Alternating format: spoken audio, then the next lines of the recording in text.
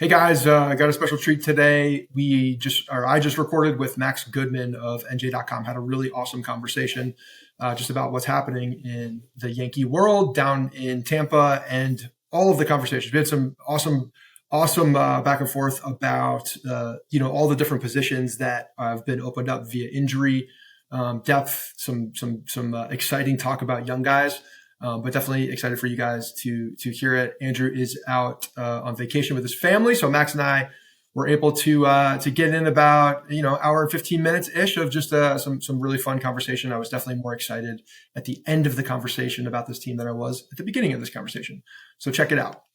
Before I throw it to you, I want to tell you about one of our sponsors today who has been tremendous with us. Babbel. Are you planning an exciting trip for this year? Any exciting trips? I bet something you might not be planning is learning the local language. Well, Babbel has you taken care of and in only a few weeks to learn. It's very simple to do it. This year, speak a whole new you with Babbel, the language learning app that gets you talking. Learning a language is the pathway to discovering new cultures. So why not embark and actually learn something new? Babbel's quick 10-minute lessons, handcrafted over 200 language experts, get you to begin speaking the language in 3 weeks or whatever pace you choose, but you could do it in 3 weeks. Babbel's tips and tools are inspired by the real life stuff that you actually need when communicating, with a focus on conversation so you can actually talk when you go. I used it, and last year my wife and Kemp, we went to Spain with a buddy of mine. We went to Italy with a buddy of mine after going to Spain. And in Italy, I was able to, in a very small village, order some of the food that we had, I was able to get drinks, all the important things, make sure I know how to go to the bathroom, all the different things to make sure that you're communicating and actually having a good time and speaking the language of the locals. It actually goes a long way. There's a lot more respect when you show the respect of their language as well. Babbel has speech recognition technology that really helps you improve like your pronunciation and your accent. So all of that really helped with the trip itself. With over 16 million subscriptions sold, Babbel's 14 award-winning language courses are backed by a 20-day money-back guarantee. Let's get you talking in a new language. Babbel is gifting our listeners 60% off subscriptions at babbel.com/Bronx. Get up to 60% off babbel.com/Bronx, spelled BABBEL.com/Bronx. Babbel.com/Bronx. Rules and restrictions may apply. Here's Max. Welcome to the Bronx Pinstripe Show. Excited this morning. It is Thursday morning at 9 o'clock. I got Max Goodman joining me of NJ.com. You can follow Max if you're not already, which you should be, on X or Twitter at Max T Goodman. Max, thanks for joining me, man. Appreciate that, and looking forward to hearing your thoughts and just talking some of these roster shufflings that are happening down in Tampa right now. Yeah, thanks for having me, man. Good to see you. And we were talking before we went on. There's still a lot of storylines here. Only 3 weeks to go until opening day, but I do think this team addressed a lot of needs this offseason. Losing Soto was obviously going to be a debilitating blow no matter what happened after that. But I do think they're still in prime position to contend in the American League at the very least. Although there are some weaknesses and holes that we'll definitely get into here. A lot of youngsters and veterans have to step up, and they got to stay healthy too. Injuries are already, it's classic Yankees, right? We're already talking about a bunch of big IL stints coming up. So. Yeah, so that's really what I want to focus our conversation on today, because there are just so many injuries. Understanding what the depth situation is or not within certain positions. But yeah, like just in general, you touched on that you believe that they've addressed a lot. Like, what are your just initial thoughts? Andrew and I have talked about how we feel about the team and the makeup, and really Cashman. And what he did after losing Soto to address, some of that production and see if we can't put out the best possible lineup, understanding that you can't replace Soto. You just can't do it. But how do you get to a point or strengthen your team in other areas? So just off season, because we haven't talked to you yet this year, what are your thoughts, man, just coming into the spring and a few weeks in about the team as a whole? Well, I can put it this way. I feel like the spectrum of man, they did a really good job pivoting from Soto, and they didn't do enough is pretty wide still. And a lot of this will be, hindsight is 2020. Like, we'll see how the season goes. Sure. A lot of it is contingent on what kind of years Bellinger and Goldschmidt have, because I do see a ton of potential there with both of them in the middle of the order, and I do think they will bounce back. It's just, what are we talking? I mean, they're not going to win another MVP, right? That Right. ship has sailed with both of those guys. But I mean, if Bellinger's going to be batting right behind Judge and Goldschmidt's right behind him, and that's probably how the lineup will look a lot, I can't overstate just how important those two are. And, even Hal Steinbrenner said it at one point, like, he thinks those two are going to make up for a lot of the bat that they don't have anymore with Soto. And that's a pretty bold statement, I think, just because of their age and how they've looked in recent years. But hey, I mean, Bellinger could hit 30, 40 homers if he really has a solid season. And the way that Goldschmidt finished last year in St. Louis and how good he is against left-handed pitching makes it even more of a perfect fit. I do think both of them fit the mold with the increase in athleticism and better defense. And, that's going to help with just how elite of a pitching staff they have. The fact that other than third base, which they really didn't address, every other position, there's a better defender there.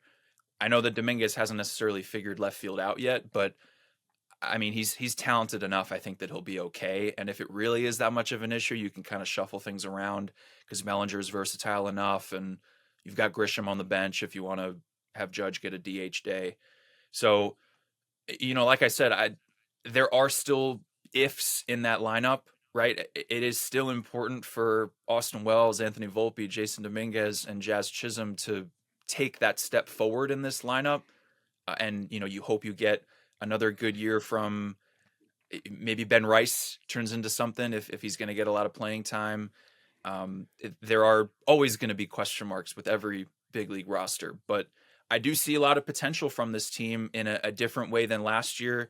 And the caveat is that it still could end up being pretty top heavy, where you're just relying on Judge to have big games, and maybe only one or two of those other names that we've already brought up have a good stretch, because that's the worst case scenario, that it ends up being Soto Judge and you don't have Soto, right?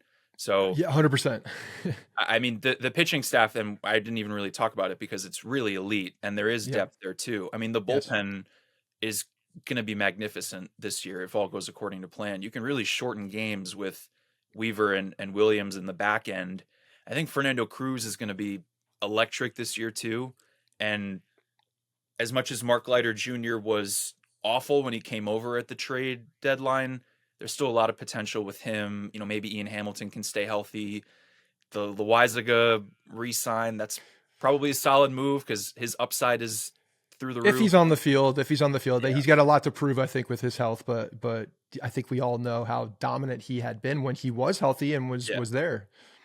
Yeah. And then, you lose Heel. That's a significant blow because who knows how long he's going to be out. Yeah. And, Rodon and Schmidt, there are some injury concerns there if they can make it through a full season, but it's a darn good thing that they signed Max Fried. I'll say that, because the rotation would be a very different conversation right now if Heel wasn't in the picture and Stroman was your 4 and Will Warren, I guess, would be the 5. And as good as he's been over these first couple of weeks of camp, we would be talking about him very differently if he was set in the rotation with the ERA he had last year, because he was impressive last spring too. It's not like he's suddenly looking, magnificent out there. I mean, he's made a lot of progress, but there's some serious upside there with him too. I mean, he's a top prospect for a reason. Yeah, I think that's it. Like the fact that the Yankees really, you could tell that they obviously doubled down on the pitching side of things, right? Yeah. Like they knew that they weren't going to produce the level of offense or replace that production, and I think Steinbrenner kind of has to sit on that hill. He's got to be like, those are the guys that they brought in to replace as much of that production as possible. So until we see otherwise, that's going to be what the expectation is. But yeah, I think they did do a good job with the pitching staff. I think they did. And especially the bullpen last year coming out of spring, we're like, what is this bullpen? Like, half the names on here are guys that need to have a career year for them to do something. And to their credit, the bullpen, really wasn't a problem. I still didn't, as a fan, you don't have a lot of confidence in the names that they're trotting out there on a daily basis. But this year, it's a totally different story. You have a bona fide closer. You have a guy that stepped up in that role and proved that he could play and pitch in big situations, coming in the 7th, 8th inning, however they want to do it. And frankly, as much as I was shitting on Mark Leiter Jr. coming over in the home run ball, I mean, he pitched in the playoffs and did his job. I think we were all biting our nails the entire time, but he did. He did look better as the season went on. So, hopefully there is something there. And you're right, Cruz is a guy that I think people forget about, but he's that dynamic one pitch guy that can come out here and the Yankees have shown that they know how to use those guys too, and actually mold them into an effective reliever. So I'm very curious to see what they do, because there's a lot more talent out there, I'd say, this year than there has been in years past. Yeah, what I was going to say there, I think that the Yankees pitching department even still doesn't get enough credit for what they've done over these last few years, even going back to Lucas Litke, right? I mean, they bring guys in that the fan base knows nothing about, and they're able to bring the best out of all kinds of different arms. I mean, I feel like I write that same type of angle every spring. Ian Hamilton, Tim Hill, who comes back, and that was a huge re-sign to get him to come back because they had no lefties. No lefties. That's kind of why I feel like Tyler Matzek's going to be a valuable piece in the bullpen this year too, just because it's in there with him, right? It's not like it's someone that's never pitched well at the big league level. If any team's going to be able to bring that form back, it's the Yankees if he can stay healthy. And the other thing with the bullpen too is the strikeouts. Like this time last year, we were talking about, man, they're going to have to put the ball in play against this bullpen, and you just hope that it stays on the ground. Yep. And now they had a lot of ground ball guys with Clay Holmes and such, but now Williams is a strikeout guy. Weaver has taken that step forward, and I love him in that setup role too, because you can use him like a Michael King for a couple of innings, or maybe even deploy him in the 5th and 6th if it's an important part. You still have Williams in the back. And Cruz was like top 5 in strikeouts last year, I want to say. Leiter was up there, strikeout stealing too. So all of a sudden, it's a gauntlet out there, and you're not going to score as many runs because you don't have Soto. But if you're winning after 6 innings, you got to feel pretty confident, at least with how the roster looks right now. Yeah, no, I agree with you, and I think having the back of that bullpen solidified just makes a big difference. I mean, we've talked about this ad nauseum, but how many games ended up as losses that should have been wins at the back of that bullpen because games were blown? And you look at that, and that makes a significant difference in how the season plays out, how the AL East plays out. Just there's a massive swing there. So the fact that they prioritize that, I appreciate, because I don't like going in there with a bunch of contact guys. I need some strikeouts. If we can limit the home runs on those strikeout guys too, that's an ideal situation. All right. Well, talking about, I had the DH as my first order of business here, but since we're talking pitching, let's actually start with that 5th starter spot and the injury to Luis Gil. Really unfortunate, like highly unfortunate. And I'm reading some things here, but the MRI obviously was a lat strain, and we know how devastating a lat strain can be. Obviously it depends on the person, but it's a really difficult thing to come back from and not have reoccurring issues. We saw Clark Schmidt, who missed 4 months from that strain. I think he went down in May last year, so there's a little bit more time. And Severino, even you go back to like Betances and Severino, they all had him in spring training and really did cost them a bulk of the season. So this is one of those situations to me is like, if they shut him down for an extended period of time, and if you think it needs to be 6 weeks, shut him down for 8 weeks and then see what happens. Because if there's any blip, if there's any problem coming back, he's done for the year. So that's the big qualifier for me, is like, he's this close. He's one setback away from being gone for very, very possibly the entire year, which is a big, big blow to this. But what that does is it opens up a spot, obviously, in the rotation. So yeah, let's start there. What are your thoughts, on that heel injury, and then, the candidates that we've kind of already discussed a little bit for that 5th spot? Right. That kind of injury is something that can absolutely derail an entire season, or even more than that. I mean, the difference with Schmidt is that his shutdown was only 4 weeks, and he still missed, it was like 3 months and change. So the fact that Heel's shutdown is already 6 weeks, considered high grade, makes you wonder if it's going to be a longer absence than that. And it's not like he hasn't had injury issues in the past too. I mean, that was my big concern with just how amazing his rookie year was. Rookie of the year, he was amazing for the vast majority of that season. I think that his ERA and a lot of numbers don't even do it justice because he trailed off towards the end. But he's had shoulder issues and obviously the Tommy John even more recently than that. So with a guy who throws as hard as he does, you wonder if he was going to be able to make it through this season. And sure enough, he didn't even make it to March 1st. So the Stroman situation, I think, was overblown to start camp because there was always going to be a resolution to it. Either one of the 5 Yankee starters was going to get hurt, and it would be the easy way to just plug Stroman back in. And that's why they shouldn't move him to the bullpen, because he is a starter, and there was potentially going to be an opening for a starter. So why would you not ramp him up for that? Or another team was going to have their own onslaught of injury issues, and they'd be more desperate to, in the last couple of weeks of camp, call the Yankees back and say, look, what do you want for Stroman? If you eat some of the money, we can make this happen. So I don't necessarily think that he is 110% going to be in the rotation too. Like, if there is a situation that presents itself where a team is interested in him towards the end of camp, we mentioned Warren. If Warren continues to look like Michael King 2.0 this spring, and Carlos Carrasco is competent enough to, maybe stick around in AAA, I'm sure he has an opt-out because he's a non-roster guy and a veteran too. He's wanting to get back to the big leagues. That's 2 pieces right there where you feel a little more comfortable with an open spot. It would be a risk, obviously, because Warren was great last spring, ended up with an ERA over 10 once he got to the big leagues. But I do think that experience helped him, and he made some changes this offseason leading into this spring to be better equipped against big league hitters. I mean, that's still a huge jump for him to start the year in the rotation, let's say. But if another team wants Stroman and you can have some financial flexibility there to eat some of the $18 million and not all of it, and then you could potentially address another position with that. If it's third base, if it's getting a right-handed bat, another team's garbage might be a treasure for them in terms of just an experienced right-handed hitter would do wonders for them, because they're all of a sudden very left-handed, right? I mean, for years and years, it was like, why don't the Yankees have more left-handed hitters? Now it's like they have too much.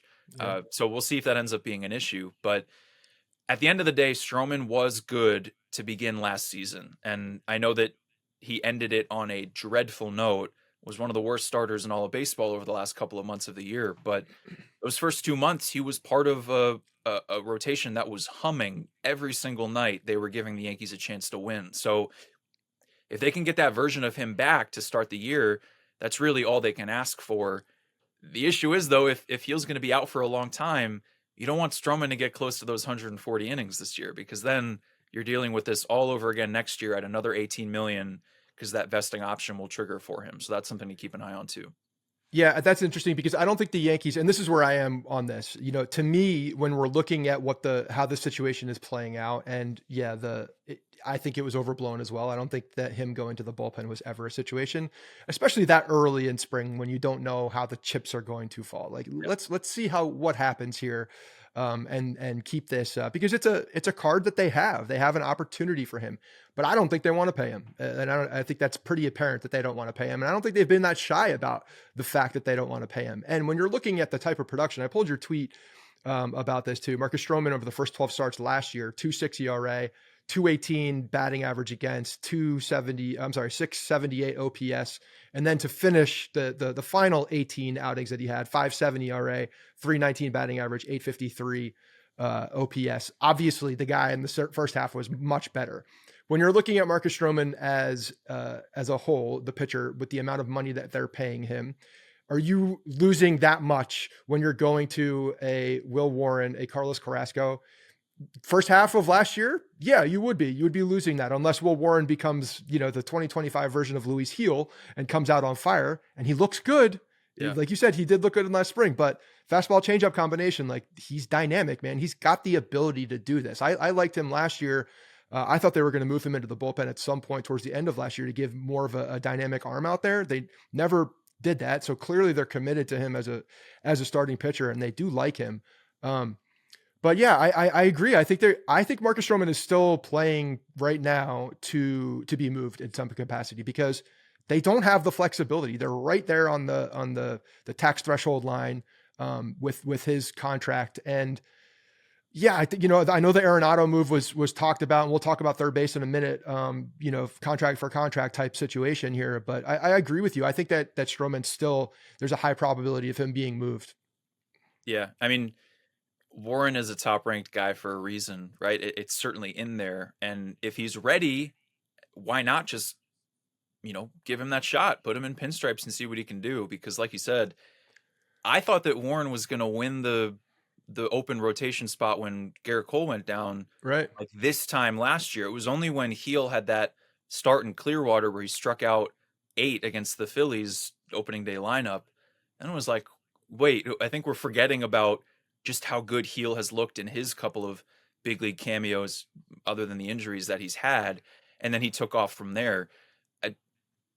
At a certain point, Warren is going to be a rotation piece for you if that's what you want out of him. Otherwise, you should trade him, right? I mean, that's what he's meant to do, and that's what he's been building in the system to do. So bringing back his curveball, like you said, the changeup has looked good. And I mentioned Michael King because you see those videos on Twitter where their rotation, their delivery and their windup and how they're throwing kind of a little bit cross body. It's very reminiscent to King. And if that's any indication, which comes back to what I was saying earlier about the Yankees pitching department, they're going to make the necessary changes to give a guy like that a chance to really succeed against big league hitters. And regardless of what happens with Stroman, we will see a lot of Will Warren this year because someone else is going to get hurt. Yes. And that's not me being pessimistic. It's inevitable. The Yes. odds of a rotation going through a full season, let alone half of a season, without incurring any injuries, it's slim to none. So It just doesn't happen. Yeah, and you're hoping that Cole has a bounce back year where he's not, hampered at all by the elbow. Max Fried has had his own injury issues in the past, as much as we haven't talked about him yet. I do think that's a great fit. And then, like I said earlier, Rodon and Schmidt have had their own injury woes in the past too. So having Warren ready to go, maybe he even benefits from a couple starts to begin the year in AAA just to continue to hone in on what's going to work for him in the big leagues. Because that would be brutal for his confidence to, let's say he makes the opening day roster and just gets shelled right away. Not saying that that's going to happen, but that's a possibility here. You got to really make sure that he's ready to go because he could take off once he does get that opportunity. Yeah, I mean, you could go the other way too, and he if he breaks camp with the team and has a couple good outings to start the season, the level of confidence to give a guy like that who does have the talent. We saw what Luis Heel did last year with that level of confidence going out there. Sidebar real quick, because you just mentioned something, Max Fried. We're not going to talk about him a ton today. I think a lot of people are very excited about him. I will tell you that when I saw him talking, and I know they were talking about this on the broadcast quite some time, him and Roger Clemens just engaged in that conversation. I've never so badly wanted to be part of a conversation, or at least just listen into exactly what they were saying, because I remember showing my son, Kemp is 7 years old, and we were watching, and I was like, look at Max Fried and watch how engaged he is and listening to every single word that is happening. We're at that phase now where I'm like, being coachable is extremely important. Listening to the people that are talking to you about things, extremely important. And you can't get more engaged than what that conversation was and how long it was. So it was just fun to see as a fan. I mean, hey, they gave him the biggest contract ever for a lefty, so they've got a lot of faith in him and pivoted to him really quickly after the Soto deal went down with the Mets. So this has been a beneficial stretch for him, I'm sure, because he's had that chance to talk to a lot of different Yankees legends. It sounds like he's been a sponge over these first few weeks of camp. I mean, Andy Pettitte, Ron Guidry, Roger Clemens, CC Sabathia. There's so many. It's an embarrassment of riches. The legends that he can learn from.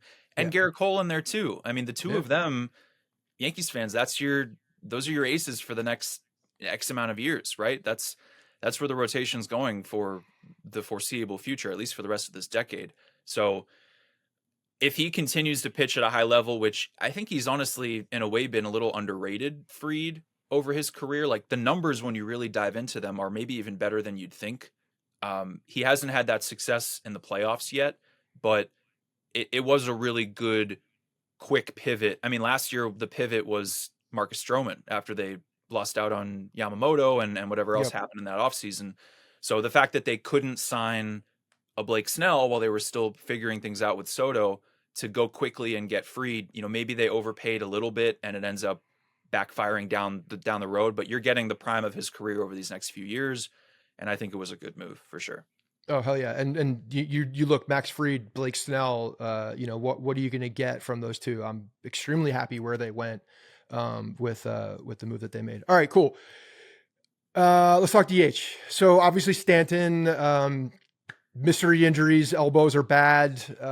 We don't know what's really going on there. As far as that personal issue or personal thing that he's got, I hope everything is okay on his end. But he's not swung a bat in a very long time and going to start the season on the IL. So there's a massive hole now in the DH spot. And while, you could argue that the Yankees have a rotation of position players that can potentially go in there, that's not something that you can really rely on. And the options that they have, even looking outside the organization on the free agent market, there's nobody really left at this point. When Justin Turner signed with the Cubs, I think he was the last old pure hitter guy that could come in and just affect a lineup immediately. I don't think JD Martinez is that guy anymore. So you're looking at pretty slim to none. And when you look at internal options, you got Ben Rice, you got Dominic Smith, who, very well could possibly break camp and be that veteran guy who could play some first base as well. And then you have, Spencer Jones, who has, I don't think he comes up as a DH. I don't think the Yankees see him in that role, but he's got that tweaks. He looks like the left-handed version of Aaron Judge with the hands and the stance and everything there. What are your thoughts here? Because, I know a lot of people are on the Ben Rice train for this, but when you look back at those numbers and what he put up last year over a significant amount of at-bats, he didn't live up to what, not that there was a lot of expectations for him, but I expected more, I guess. Yeah. And so there's a lot of unproven and old guys in that bulk that we just talked about. Sure. Well, first off, I do think Aaron Judge is going to DH a good amount while Stanton is out. Boone has talked about that, routinely every year. It's a chance to get Judge off his feet. It'll help that he'll be in right field again this year because it won't be as taxing for him as being in center full time. But sure, is that an everyday thing? I doubt it because Judge loves to play defense and he's going to be eager to be back in right, I'm sure. He's a weapon in right. And the Yankees love Grisham's defense. So that's the easy plug and play there. You put Grisham in center, move Bellinger to right, and you're good. The offense doesn't take that much of a hit from the outfield. Obviously, Grisham hasn't been much offensively, but hey, if he gets more playing time, maybe he's able to catch a rhythm. I mean, that's tough for him, right? He only played maybe 60, 70 games last year. Like, that's not really conducive for a guy who started for his entire career to figure things out at the plate. But that's no excuse. He became a home run or bust guy when he was right, in, but right. I mean, he was hitting, he was surprising, I think, with some pop when he did come in. Yeah. So I've been impressed with Dom Smith so far. He's not really, boom type of DH that you'd have playing every single day. Right. I mean, his ceiling is a lot lower than, I guess, the preferable options out there because he really hasn't done it at a high level in the big leagues. Just that one 2020 season where he got MVP votes with the Mets. I mean, right.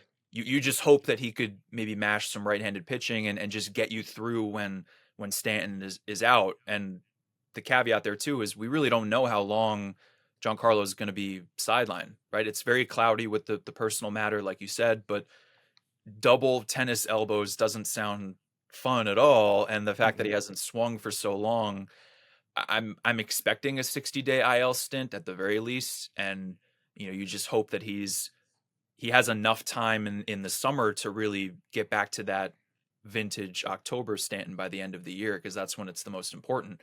Obviously, winning games early on is important too, because they count the same. But if he's hurt, that's all you can really hope for. So I do think that Ben Rice has it in him. I mean, the Yankees are so high on his offense. I did a feature story on him almost 2 years ago now. It was the 2023 season, and they love his potential. And he's been through some adversity in his build up to getting to the big leagues with when he was at Dartmouth and really didn't play that much because of COVID. And so it was a success story from the Yankee scouting department. I think it'll be good for him to get back to catching a little bit.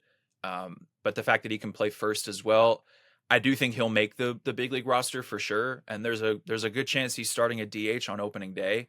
And maybe he benefits from those 50 games last year where he was exposed a good amount towards the end. I mean, he had the 3-homer game. Early on, he was showing flashes of that potential, but by the end, he was hitting in the hundreds. The OPS fell down a lot. I've seen some videos on Twitter, which I've been meaning to dive back into. He had a lot of outs to the warning track last year, and it sounds like he put on a lot of weight this past offseason and has been hitting the ball really hard in spring training. So I wonder if that maybe pushes him just over the edge, where if all of those fly balls to the track went over the fence, his numbers look a lot different. But obviously you got to limit the strikeouts, and he's shown that he can control the zone too, which is valuable towards the bottom of the order. The only other name that I want to bring up is Everson Pereira too, because he's not throwing just yet as he comes back from Tommy John, and he looked dreadful in his first taste of big league action. And that was at the end of 2023 when they were bringing all the prospects up because they weren't going to make the playoffs. They love his offensive potential too. And Boone has name dropped Pereira a couple times, even going back to, when he's talked in the offseason saying, Pereira's healthy now. We're really excited about him. Do I think he's going to break camp and be the everyday DH? No. I mean, we'll see what he does for the next couple of weeks. But I remember writing something that offseason after 23, and the Yankees hitting coordinator at the time was like, this could be a blessing in disguise for him, where he did get exposed by big league pitching. But man, if he's able to make the necessary tweaks to limit the strikeouts, which is the same discussion with Spencer Jones too, the power and impacting the baseball, it's elite. So if he's able to make contact more and put the ball in the air, which again is the same thing with Jones, he's been putting the ball in the air this spring and the results are flowing. That's all you can ask for really from a prospect like that. So I think we'll see Pereira at different times. There's really no spot for him in the outfield if Dominguez, Bellinger, and Judge are all healthy. But the potential is there. And if he's not going to play, you should probably consider moving him at some point. I mean, Bellinger's going to be there at least for this year, right? He has an opt-out, I think. So if he has a really, really good year, maybe he's gone after this year and then left field's open again. You move Dominguez back. But they like his potential too. I know it's a lot of, hey, the Yankees like these guys' potential, but it's a testament to how close they are and that they are still options, even if they haven't performed at a high level in the past. So the thing with Pereira for me is that, he's still a young guy, right? Still a young guy, still development. And then, like you said, after that Tommy John, we saw what Dominguez came back after even Tommy John. Like it takes a minute, it takes a beat to get back into your rhythm and to feel it. It shouldn't really affect you as much as a batter, but I think overall as a baseball player, it does. And the fact that he's, they still want development out of him, I think it puts it's a difficult position for him to be at the major league level because he won't play every day. He would be, at that point, a fifth outfielder, and maybe in the DH spot occasionally. So that's where for him, it's difficult. And I think it's the same situation with Spencer Jones. Spencer Jones is coming up. He's 24 years old, I think, 23, 24 years old, going to be 24. And, all the potential in the world, has to limit the strikeouts, need better at bats. I saw the quote that he feels dangerous with the new swing that he has. You like hearing that as opposed to the opposite. And he does look like he's changed the swing a bit with hands out. He does look very similar to where Judge's hands are, as within the setup, and getting ready for it. And man, when the ball hits his bat, it's loud. So at some point, do you think that if Stanton, let's live in the world that they 60-day him, and we're looking at August maybe for Stanton, let's just live in that world. At what point, if we're not getting this production, it becomes a revolving door on the DH spot, and you're seeing Judge out there more often. So there's a potential opening in the outfield to play more often. At some point, if Spencer Jones comes out and plays well Double-A, Yankees have brought guys up from Double-A in the past. Most recently, Ben Rice, Greg Berg did it, I believe, if I remember correctly. So they've done that in the past. At what point did they say, okay, it's Spencer Jones time, let's see what he can do in the major league level? I don't know. I mean, he struck out 200 times last year, and he hasn't touched AAA yet. I feel like the better option would be to give him some time in AAA, because that jump in pitching talent that he'll be facing is going to be a true test for him. Let's see if that swing change really does help with the strikeout stuff, because that's been his fatal flaw, right? I mean, Yeah. it's been enough to have him plummet on prospect rankings. There's no issue with his defense and speed. I mean, the strides that he takes, Yeah. it's fun to watch the way that he moves around the baseball field, but he's going to be walking back to the dugout with his head down a lot if he starts the year with the big league club. I mean, I think that fans need to temper their expectations just a little bit. Um, I don't know. I mean, it's kind of a similar discussion with Pereira too. Like, the outfield is pretty set. Now that Soto's not there for the next 15 years, there is a path for a Jones to be an everyday player out there. I was very curious how that was going to work if they did re-sign Soto, Yep. because Dominguez is out there and Judge is out there. But it's such an interesting discussion, because he raked in spring training last year, Jones, and hit the 2 homers in that prospect breakout game on the national stage, was looking really good, and then had this kind of year where we already knew that his biggest weakness was the strikeouts, and it did not get fixed. So we can have these conversations again until we're blue in the face to say, oh, he looks much better, let's give him a shot. But maybe he'll start the year in Double-A again. That's possible, right? Yeah, it is. And if he does really well there, he'll get a promotion. And if he does really well in Triple-A, they have shown that, Volpe, Dominguez, they don't need to spend too much time in Triple-A to give them their shot. So if somebody else goes down, he's part of that crew that's next up. I don't necessarily think they're going to give Dom Smith playing time in the corner outfield spots as much as he's, shown that he can do that. Right now, like you said, the 5th outfield spot is open, but would you want to bring Jones up to not really play that much? I think then you'd rather him be in AAA for a while to keep developing. It was kind of the Dominguez situation last year, where there were stretches where it was like, man, just call him up and give him a chance. But Verdugo was the everyday guy. And even the year before that, like, Yeah. unless you're going to give that prospect a complete runway with even arguably unconditional playing time, that's very rare with the Yankees. That's why at the end of 2023, when the playoffs were out of the picture, then you could give guys a chance to face big league pitching, and they'll be in the lineup no matter what they do. So I don't necessarily think it would be the best option to call him up early, even if he continues to hit well this spring and has a nice start to the season. This is a huge year for him, and you don't want him to get up there and start, compensating for certain things and going away from the positive changes that he made, because all of a sudden he's facing Paul Skeens in the big league level and not the guys in Double-A, right? So he is a name that I'm going to have a close eye on this year, because it could be a make or break season for him. If he goes out there and strikes out 200 times again, then it's like, man, Yeah. What I are you don't doing know with if he him? can figure it out. Yeah, he's 23. Like, the clock's kind of ticking there. So the scenario that I'm looking at and hoping plays out, when I say hope, it's in the situation because of the Stanton injury. Okay. I don't hope for Stanton to be out. I want Stanton to be in there because obviously Stanton is an impact bat, but the writing is on the wall. He's going to be out for an extended period of time. If Spencer Jones, I agree with you. I don't think he breaks camp by any means. I don't think that's a real scenario in any world. But if he shows that the plate discipline is there, he's able to make more contact. If he starts in Double-A, Triple-A, wherever it is, and he has a dynamic, start to the season, you're looking in June, and all of a sudden that conversation starts coming up.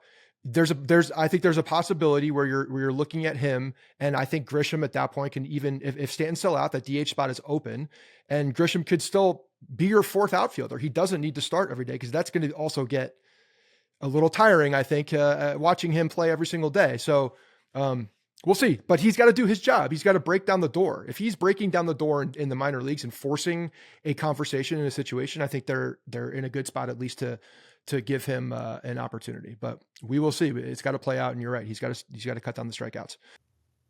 I don't know about you guys, but I like keeping my money where I can see it. Unfortunately, big traditional wireless companies also seem to like and enjoy to keeping my money too. After years of overpaying for wireless, I finally got fed up with the crazy high wireless bills, the bogus fees, and free perks that actually cost more in the long run, and I switched to Mint Mobile. You could be saving a ton of money compared to the big wireless carriers. Say goodbye to your overpriced wireless plans, jaw-dropping monthly bills, and overages that are completely unexpected. Mint Mobile is here to rescue you with premium wireless plans starting at $15 a month. All plans come with high-speed data and unlimited talk and text delivered on the nation's largest 5G network. Use your phone with any Mint Mobile plan and bring your phone number along with all of your existing contacts. Ditch overpriced wireless and get 3 months of premium wireless service from Mint Mobile for $15 a month.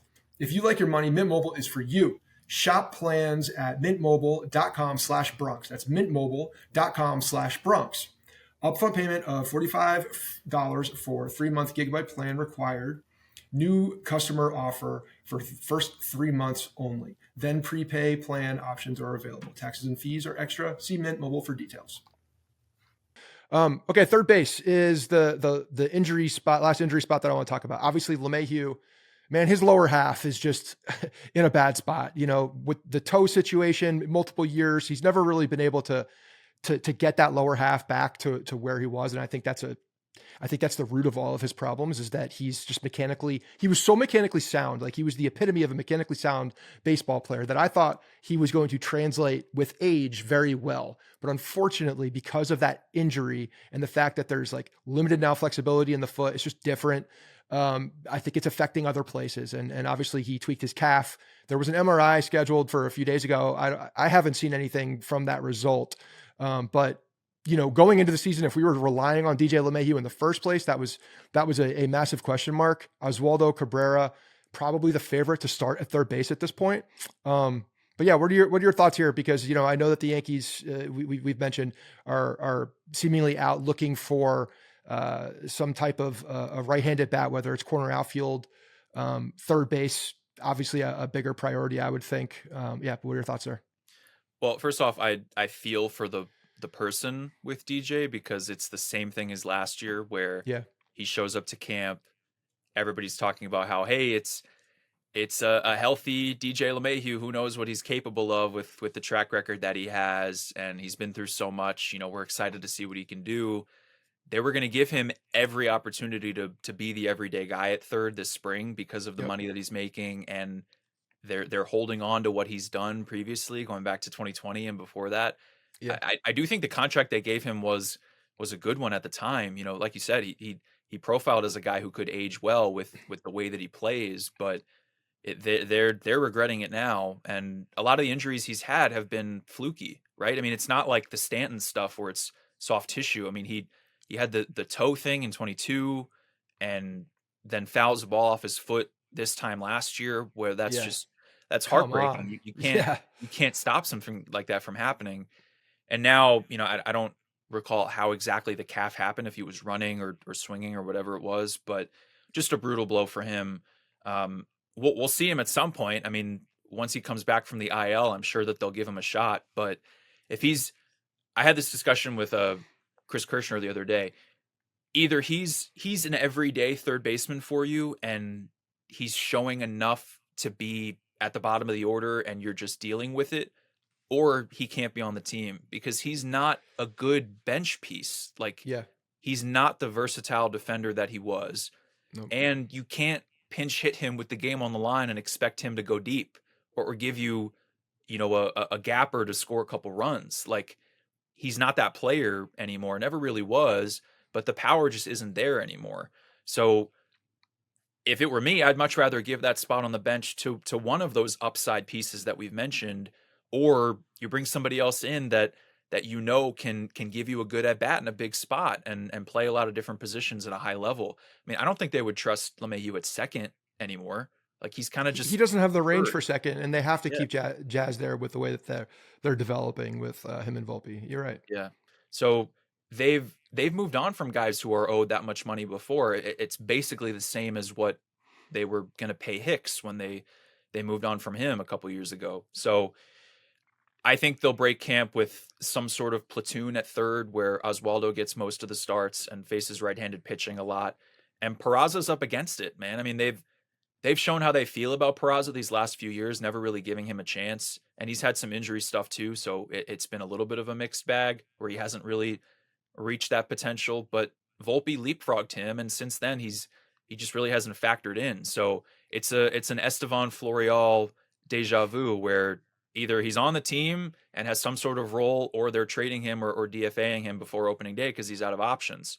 So he's got to show that he can hit against big league pitching this spring. The defense was never a concern with him, and that's a pretty darn good left side of the infield with him and Volpe. I mean, Oswaldo's shown that he can play third too. I think Oswaldo's most valuable in a utility role, and even filling in the outfield in a pinch, playing all over the diamond, pigeonholing him into one spot. He's just never really done that. And I don't think he can hit against left-handed pitching. So there has to be some sort of platoon there. But if a situation presents itself like what happened with John Birdie last year, the Birdie trade, the Donaldson trade, those both happened after where we are right now in March. So don't rule out that they're going to bring somebody in that no one's really considered. Maybe it's not Willie Castro or Luis Rengifo, like the names that have been thrown around that could be available. Maybe it's somebody else that we haven't considered. And all of a sudden the lineup becomes that much better if you bring in a sure thing at third and Oswaldo's your first guy off the bench, because then that's the perfect scenario, I would say. I agree with your take on Cabrera. I think his max value prop for the team is as a utility guy. I think he's shown that he can play that role. He got extremely hot in spurts last year. And he's shown the flexibility defensively where he can go around the diamond and play in different spots, even at first base. We saw him go over there and, at least hold it down for what he was asked to do. So I'm curious to see Cashman. We talked about this before we hit record here, but Cashman has, definitely made these trades late in spring in the past that have been impact. And unfortunately for Birdie last year, like the injury for him coming in, I was very excited to see what he was going to do with the season. Yeah. He was the exact type of player they needed makeup wise, bat to ball guy, flexibility in the, with a defensive position. I mean, I wouldn't have been opposed to bringing him back, to be honest, with the amount of flexibility that he had. But yeah, it'll be interesting to see. And, I think that the other consideration here, and we've talked about this on the show, Andrew and I have discussed this. The Yankees are in a position where I think that they can, unless something unfolds that's glaringly obvious, that shows a good value prop, or again, the Stroman situation unfolds where they're able to take on some money from someone else. This is where the Arenado deal potentially comes from. And they're able to offload some of it because of Stroman. I think there's an interesting situation there that can make the team better. Otherwise, they do have some time, because if they're able to address this third base position, if it becomes an issue, June, July, around the trade deadline, there's an opportunity for them to still, do everything they need to do, I think, in the regular season to put themselves in a position for the postseason. That it's not the biggest concern at this point where we are. I would rather them take a beat and get the right guy rather than force a trade just to get someone else in there to play that position, because I think they can hold it down until someone else comes by. But yeah, well, it'll be interesting to see. Go ahead. Did you have something else on that? I was going to say, I'll play devil's advocate, right? Sure. First off, all of the games count the same. So if a situation presents itself, you'd want to make that trade right away. But also with the expanded playoffs, there aren't as many teams selling off good pieces anymore. Yeah, so good point. It becomes a little more of a risk where all you're working with is the White Sox and the Rockies. I think the A's will be better this year. Maybe the Marlins again. There just aren't that many teams that are for sure sellers, and they're going to be sellers for a reason. They're not going to have as many good pieces. So I do agree with you. You can kind of take your time a little bit because the lineup has more depth and it's comprehensively better than we thought it would be. But there is a real situation here where a couple months into the year, you're like, man, this is left field in 2023 all over again, where we knew this was going to be an issue. And then we're trotting out Willie Calhoun, Jake Bowers, and Billy McKinney every day. And it could have been a situation that would have been avoided if you just paid a little more money or made a deal in the offseason to bring somebody in that would be a sure thing and an upgrade. I mean, that was what they did with Verdugo, and the thought process was there. It just didn't work out. And there's a reason why he still hasn't signed with anybody. He was that bad last year. Mm-hmm. But case in point, with the improvements they've made, Verdugo and Rizzo are still out there, and those guys played every single day for this team. the entirety of last year, except when Rizzo was hurt. So you're taking those guys out of the picture and you're finding improvements there. Dominguez will be better in left field, I think, than Verdugo was, but third base could be that same problem. And good teams don't have glaring holes like that, right? I mean, I'm going to use the Dodgers as an example. They're making themselves a super team, right? Like I saw Yes. the MLB The Show rankings came out yesterday. It's like they've got 6 guys who are ranked above 90. Like their team is so good. Mm-hmm. Are the Yankees in a financial position to make those kinds of aggressive moves? Yeah, I mean, I'm not in That's a those choice. conversations. It's a choice. Yeah. So it may end up being something they regret not fixing third, or Oswaldo was an MVP for the first week of last season too. So maybe he goes out there and he grabs it, right? And then we're not talking about third base. Yeah, I mean that would be the situation that I think anybody's least expecting is if Oswaldo goes out there and extends that hot streak and just plays it. But you're right, like the right deal has to come, and that's the thing. Is like if I don't think they should delay it if the right deal is there. If the right deal is there, but don't push it if not, because they're in the situation they decided to be in by not addressing it in the offseason. So we are where we are at this point, and they have to work around it. Okay, lineup conversation. This is something, the leadoff spot. I know you wanted to hit on this a bit. So I definitely want to talk about it because I think there's some interesting situations with what they could do in the leadoff spot. Obviously last year it was a massive problem until really Glaber came in and decided he was going to be, a good baseball player for a bit and be that leadoff guy. He did. He actually towards the end of the season, kind of fixed that problem for a bit, which I think a lot of people weren't expecting. But what do you think they'll do, and where do you think they'll go with that leadoff spot? Obviously, such an important piece in front of Judge. Right. I think they can go a lot of different ways with it, and I wouldn't be surprised if ultimately it's just a hot hand type of thing. Maybe someone has it for a week here. Maybe they go back and forth, and it's almost a righty-lefty platoon if they have a couple different options who are playing at a high level. But I am really intrigued about Austin Wells up there in that kind of Kyle Schwarber-esque, not prototypical leadoff man. But like you said, even with the way that Glaber finished last season, I believe the Yankees were bottom 5 in on-base percentage out of that spot in the year as a whole.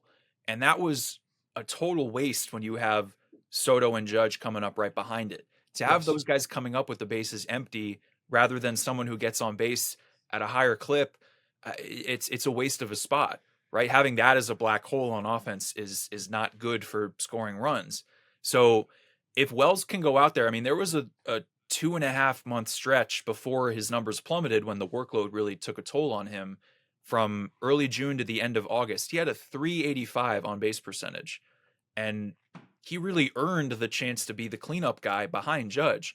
But there's no Soto anymore here, so that spot in front of Judge to make it a 2-0 game instead of a 1-0 game when Judge hits the homer, it's really important. And the way that I look at it too is even when Volpe was leading off, they don't really run when Judge is up. So having a speed guy there, it's almost like, okay, well, Judge got out. Now, sure, you can have him steal with 1 out instead of no outs. I almost like it more having Wells can go yard and give you a 1 spot right away, or he's going to work the at bat and work the count and get on base. And then in the bottom of the order, you have Dominguez, Volpe, and Chisholm all clumped together. And all of a sudden, it's like a completely different dynamic where those 3 can manufacture a run alone with the ball in play, running the bases well, taking the extra base, stealing. And that's something that the Yankees really haven't had over the last several years, right? I mean, I could see Chisholm being a 30-30 guy this year. Maybe that's a bold take, but if he can really master the pull side power, the steals are in there. We've seen that. And Volpe hasn't even run that much because he doesn't get on base. I mean, if he takes a step forward, maybe he is ultimately the solution at leadoff spot, but I wouldn't start the year with him there. So it's interesting. I do think Wells's bat could profile better in the middle of the lineup as an RBI type guy. But if he's getting on base at a high clip, then he needs to be in the leadoff spot because it's so important in front of Judge. And again, I like that dynamic in the bottom of the order too. Yeah, that's interesting because, again, the leadoff spot being such a void, especially at the beginning of the year, the amount of production that we saw from Soto and Judge in the first inning was a lot too. And the amount of runs that were off the board because that leadoff spot was essentially a void. Yeah, it's a glaring problem. The bottom of the lineup like that, I think because at some point we saw when Volpe was running, it was his first year up, I think, when he was doing that, that bounce step over there. He looked like that, like a different type of a guy who was, just causing havoc on the base path. You have the ability to do that with Dominguez, and Dominguez's straight line speed is crazy. It's up there at the top of the league. Yeah. So you have some guys and Jazz, who I think is one of the better base runners on the team, possibly in the league. Like his instincts out there are really good. Mm-hmm. I think that does also, especially if you're seeing Volpe, at the end there in the 9 spot, 8 spot, can benefit from some guy, being a distraction on the base path, possibly getting more balls over the plate. So that he can, put them in play, because we need to see more balls in play from Anthony Volpe this year. So that's interesting. I think Wells at that spot would be something to watch. The devil's advocate point of that is that when you saw Wells come in and start batting after the big boys in the lineup, he was the production guy. He became the production guy and was actually protecting them on the backside. I think there is a level of protection that you can do as a leadoff guy also in front of Judge, because if you get on base, you're going to get a lot of strikes. If you can take advantage of that, now you're putting a lot more pressure on the opposing team, because there's a situation where Judge gets walked, even more than we saw. If we don't see what we hope we're expecting from the veteran players behind him, Aaron Judge is going to get walked a lot this year. And if there's a hole in front of him, that's going to be a really big problem, because it's going to be a no-brainer for the opposing managers to come in and put up the 4 spot for him.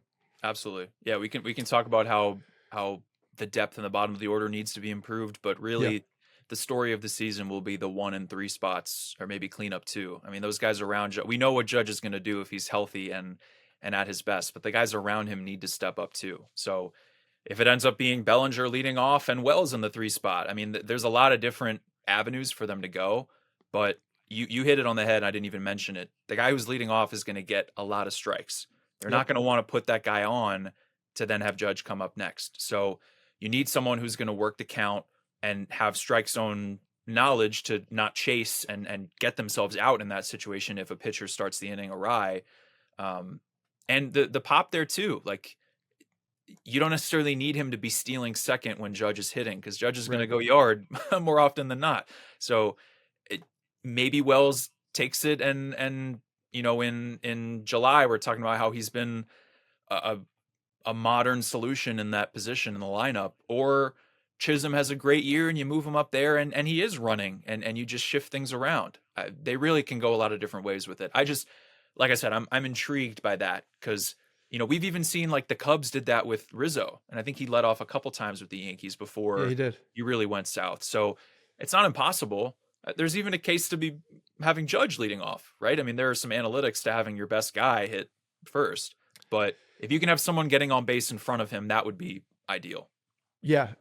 One person who absolutely Andrew loves Judge in that leadoff spot, wants him to get as many at-bats as humanly possible, which, there's a very strong argument for that. And what was interesting was when Volpe was there and the amount of strikes that he was getting, like, I was really optimistic for that situation.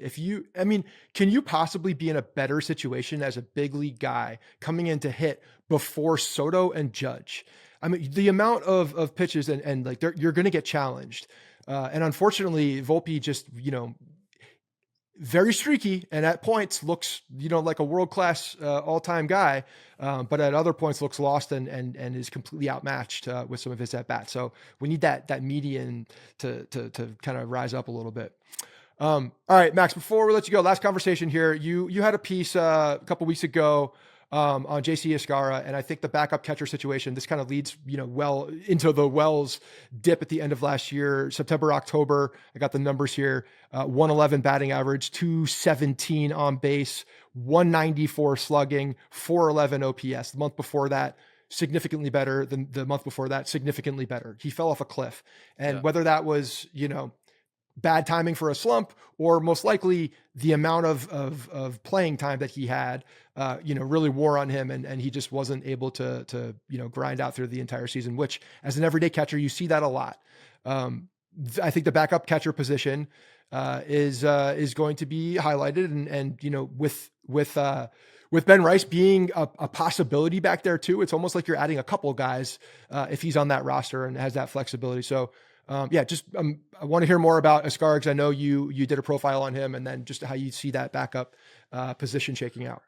I did, yeah, and I posted a roster prediction this morning, Thursday morning. Oh, cool. 3 weeks away, and I do think that both Rice and Escara will make the team after the Stanton injury, because I think Rice fits as a DH solution. And we didn't even hint at this, but hey, if you want to give Wells some time at DH too, with the other talented defenders, that's a way to rest his legs to get him through the year, because this is not a platoon situation. Like he Right. split time exactly before Trevino got hurt in Baltimore right before the All-Star break.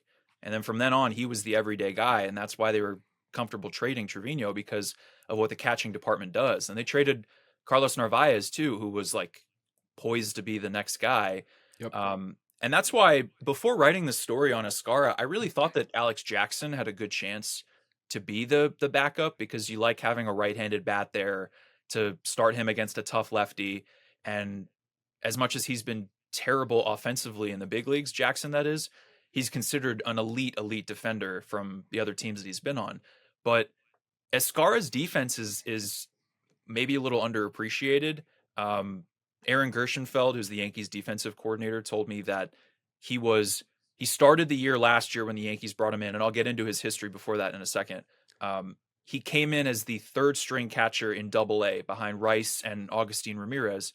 Ramirez was in the Chisholm trade with the Marlins. Right. And by the end of the year, he was considered as elite of a receiver behind the plate as anybody else in minor league baseball, like 98th percentile, and one of the best in Triple-A.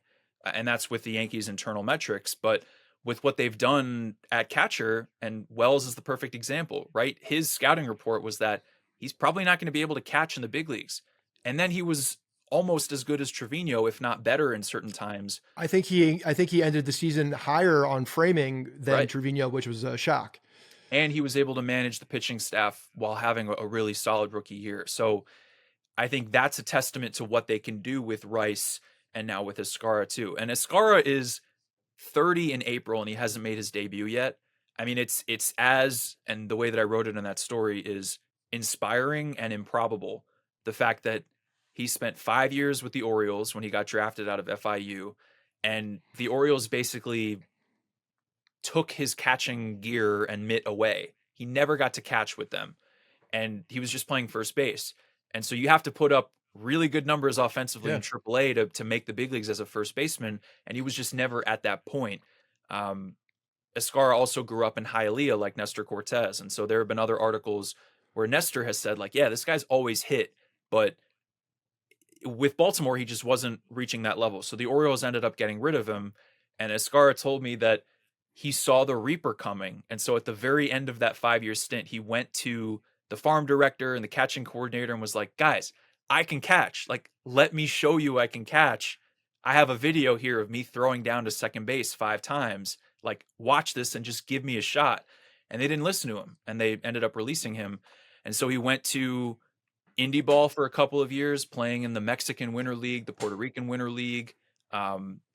He was one more no away from retiring before the 2023 season. He played for the Kansas City Monarchs, an indie ball team in 2022, where he was roommates with Matt Adams, the Cardinals slugger from many years ago. Mm-hmm. And I spoke to Adams, he just praised Escara for the makeup and the personality and how hard he works.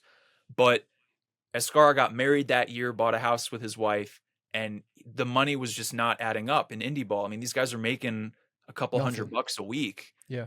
And so he went to Gastonia and was like, look, I'm going to retire. I can't afford my mortgage.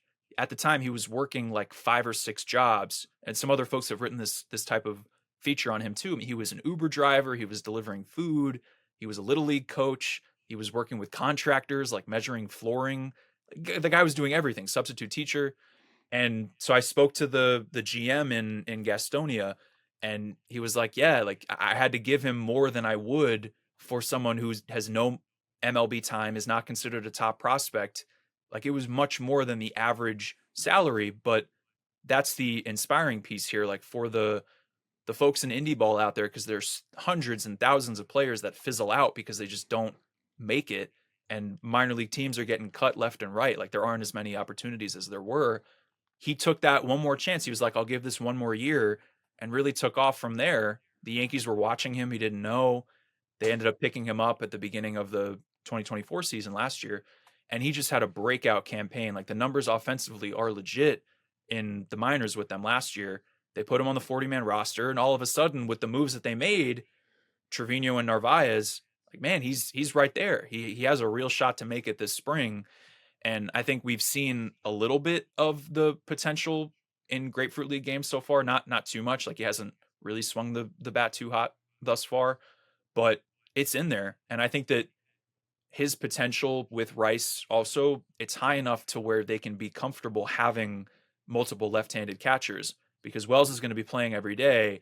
And if those guys can both catch, and maybe the splits are not ideal if you're facing Tariq Skubal or Chris Sale, like the really, really good lefties, but on a day-to-day basis, like those guys are going to produce back there, and they're going to be able to hold it down defensively too. So I'm excited to see what he can do, and really get my eyes on him in person when I'm down there this month.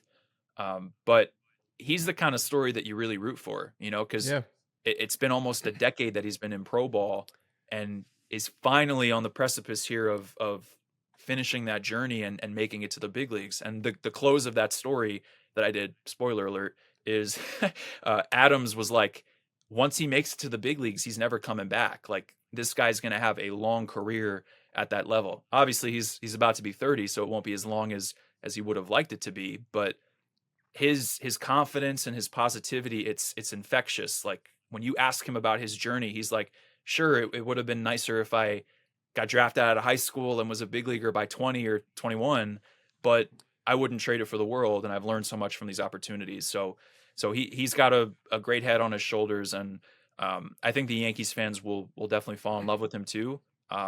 He's the son of 2 Cuban immigrants, and his dad went from Cuba to Yonkers and was a big Yankee fan.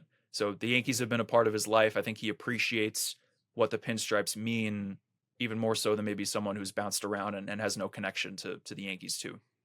We know fans eat that up. We love hearing, Yankees fandom in the past here. I'm rooting for the guy now. Absolutely. And here's the thing, when you're looking at a backup catcher, to me, and kind of what the Yankees have shown in the past too, one, they're not really looking at offense. Like if they get offense, cool. That's great. That's a plus. That's extra. And we've seen that in the past, Higgy with the pop, like he had some really good years. Even Trevino was a better bat than we expected, at least in the beginning of his Yankees career. So if you can give, and we know that they prioritize framing, that's been a prioritization. That'll be interesting to see as we progress here with the robo umps and how much that actually, how that goes away and how the philosophy changes on the catching side of things. But the backup catcher also being a glue guy, I think is like sneaky important, and having someone that has, that good clubhouse, mentality, has that good presence that can, because he's there a lot, and he's chatting with a lot of guys. He's got to build that rapport with the backup. I'm sorry, with the pitchers. If you can get production from that guy, and as he's defensively rated one of the better in AAA, there's a lot of confidence that I have in the coaching staff of the New York Yankees on the catcher side. They've proven it year in and year out. So, that'll be interesting to see. And you're right, the Ben Rice situation, the fact that he is playing more catcher now, came up as a catcher, can play some first base. Like you have a flex guy that they haven't had in the past who can be there. And in the beginning of the year, especially with Stanton out, and I think this is probably a little bit of a situation to monitor as well.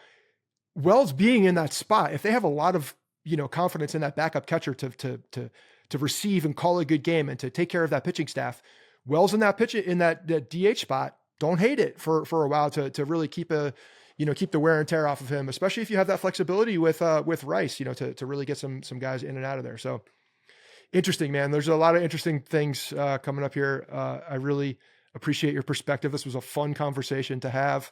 Yeah, man, I know you're going down to Tampa, so have a blast down there. We'll definitely try to catch up with you once you're down there. Yeah, man, appreciate you coming on.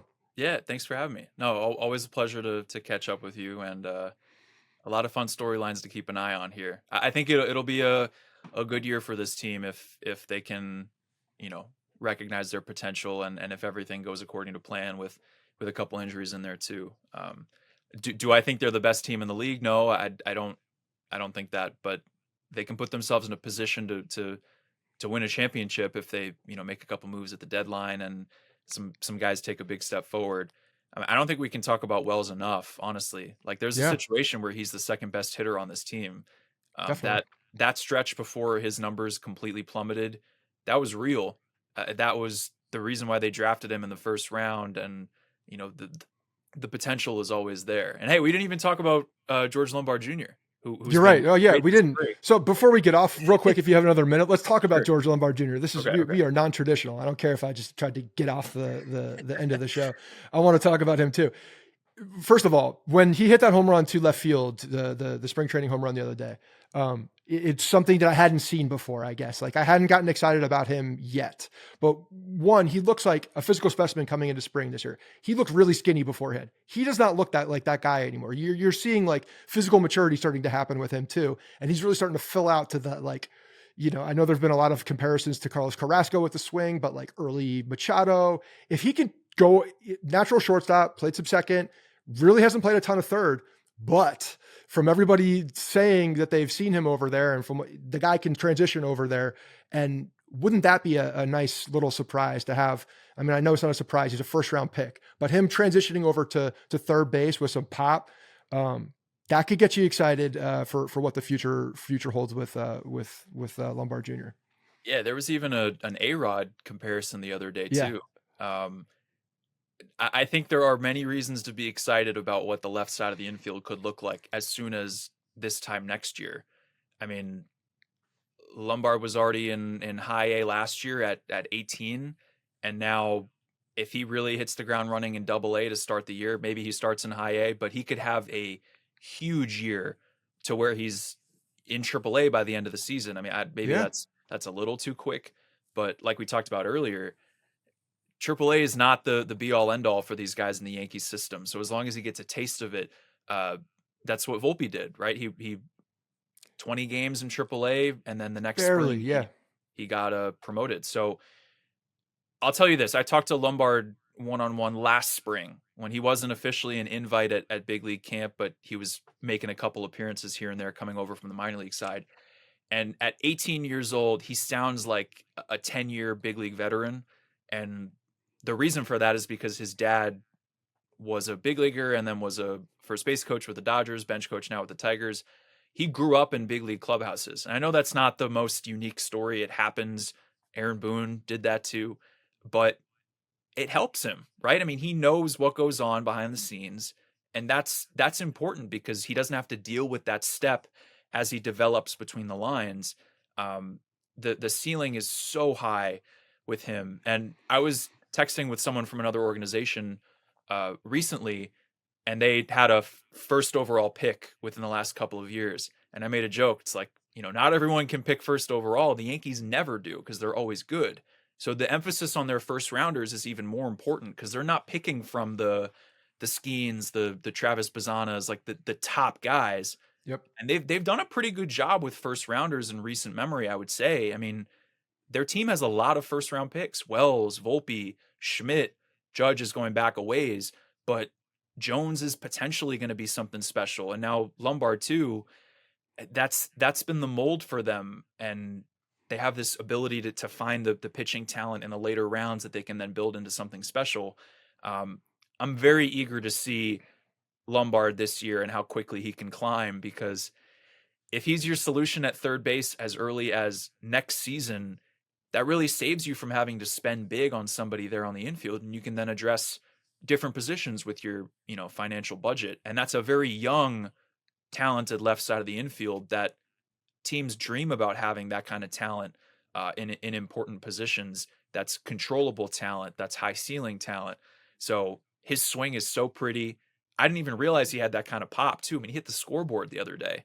So That home run is what opened my eyes. When I saw that yeah, home run, I was like, oh, I didn't know this guy was that guy. And yeah, everybody can catch a ball, no doubt. But again, like physically, he just looks different than what he did. And obviously 19 years old. So there's only time to mature in that regard. yeah, Yeah, man, that's interesting. Look, I think we're going to see a lot to understand what the Yankees feel. If one, he's still in camp. I haven't seen the wire this morning but he's still in camp. That's something that like, that, you know, they want him to get big at bats. They want him to be around the big leaguers as much as humanly possible. I think that is, you know, a little bit of a tip in what they feel about him. But to see, like you said, how he moves through the system this season is, I think, going to be very telling on what they think and what their timeline is with him. Because you're right, I think he's in Double-A. If he's doing well. Wherever he starts, I think he's in Double-A pretty soon, to be honest. Like I agree with you. I think him going to Double-A, you know, in the first half of the season, not a huge stretch if he's playing well. And I think from there, anything's possible. Anything's possible from Double-A. yeah. I mean, if he's able to hit like a big league third baseman, I guess that's the one question. Like we've seen flashes of it now, but if he continues to fill out into his frame, get stronger, incorporate even more power, because he is a shortstop, and they have a little bit of an embarrassment of riches there. But I don't know if he has any other real flaws. Like the makeup is 80 grade, off the charts, and the defense is as elite as it gets for someone his age. So Yeah. if he's able to hit, I mean, the guy could have struck out against Zach Wheeler the other day, and it would have still been productive because he's 19 and getting to finally see some pitching at a high level. Yeah. But he goes the other way with a casual 106.4 mile an hour single. I mean, he's holding his own already. Now, don't think that he's going to break breaking camp to third base. Yeah, breaking news. Third base. but he's closer than a lot of people think, I would say, because at that age, it takes years and years for most prospects to get to the level where they're going to be competent big leaguers. Yeah. But hey, I mean, if he can come up at 20 years old, I mean, that is crucial for a team, even a big spending team like the Yankees. It just opens so many other doors. I mean, that's what you dream about with your first round picks coming out of high school. All right, man, Max, I'm more excited right now about this team than I was an hour and 13 minutes ago. So I appreciate it, and I'm gonna let you go for real this time. Thanks for your time, man, and look forward to seeing your reporting down in spring. You got it. I'll talk to you again soon, man. Thanks.